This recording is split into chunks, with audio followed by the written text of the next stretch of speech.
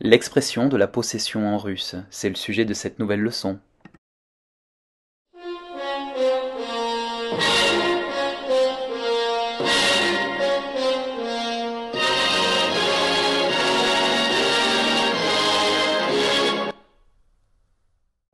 Bien que le verbe avoir imetz en russe existe, il n'est pas utilisé pour dire que quelqu'un possède quelque chose. Le russe va utiliser une tournure qui lui est propre et que nous allons découvrir aujourd'hui.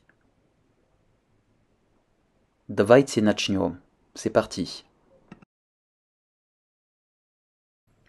У нее есть компьютер. Elle a un ordinateur.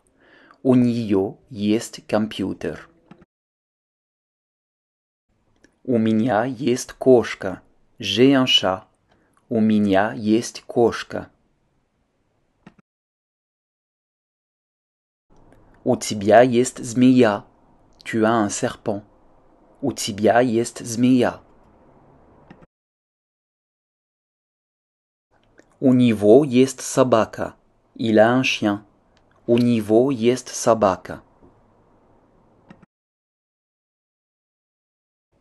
У нас есть квартира. Nous avons un appartement. У нас есть квартира. У вас есть ребенок. Vous avez un enfant. У вас есть ребенок. У них есть дом. Ils ont une maison. У них есть дом. Pour exprimer la possession, le russe a une formule particulière avec laquelle il faut se familiariser. On utilise la préposition ou qui signifie chez, à côté de, et qui est obligatoirement suivie du génitif. Le possesseur est donc introduit par une préposition et il est mis au génitif.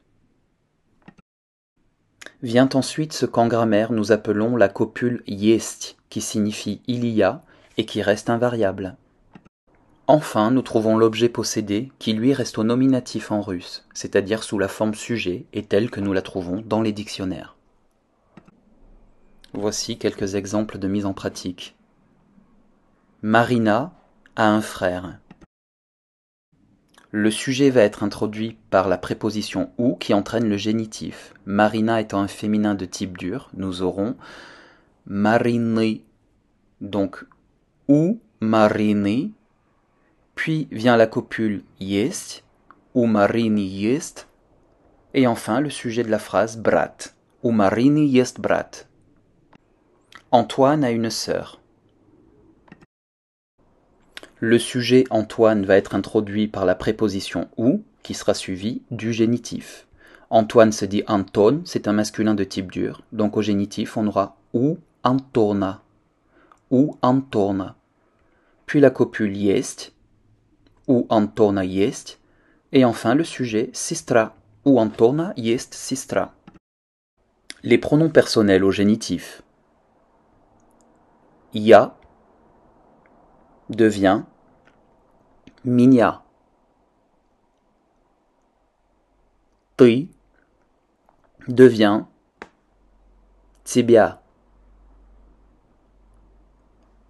Он, оно suivent la même déclinaison et deviennent его. Le ge entre le ye et le o se prononce v. Et enfin, lorsqu'il est accompagné d'une préposition, les pronoms de troisième personne prennent un n euphonique. Anna devient ее, toujours avec le n euphonique. Мы devient нас. Вы devient vas. Et enfin Annie devient них avec le n phonique lorsqu'il est accompagné d'une préposition. J'ai une voiture se traduit en russe par У меня есть машина. У меня есть машина. André a un ordinateur se traduit en russe par У Андрея есть компьютер. У Андрея есть компьютер. Natacha a les cheveux longs se traduit en russe par У Наташи есть длинные волосы. У Наташи есть длинные волосы, avec une incompatibilité orthographique avec le che. Le chat a des puces se traduit en russe par У кошки есть блохи. У кошки есть блохи, avec une incompatibilité orthographique à cause du K. Nous avons un appartement se traduit en russe par У нас есть квартира. У нас есть квартира. Pierre a un chien se traduit en russe par У Пётра есть собака. У Пётра есть собака. La souris a des moustaches se traduit en russe par У мыши есть усы. У мыши есть усы. Мышь étant un féminin de troisième déclinaison. Hélène a un grand frère se traduit en russe par У Лены есть старший брат. У Лены есть старший брат.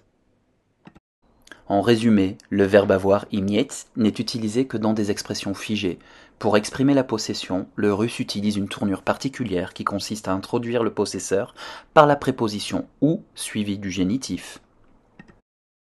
Ou Antona, chez Antoine, ou Antona. Puis la copule есть introduit le véritable sujet de la phrase russe qui lui donc restera au nominatif.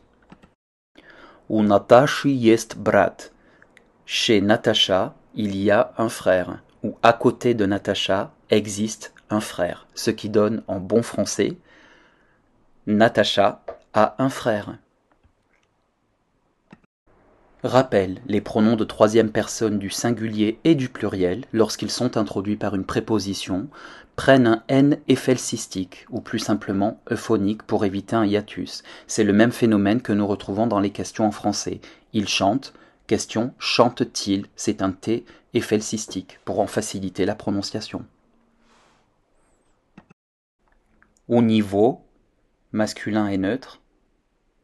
У неё, féminin. У них, pluriel. На сегодня это все. До свидания, до встречи.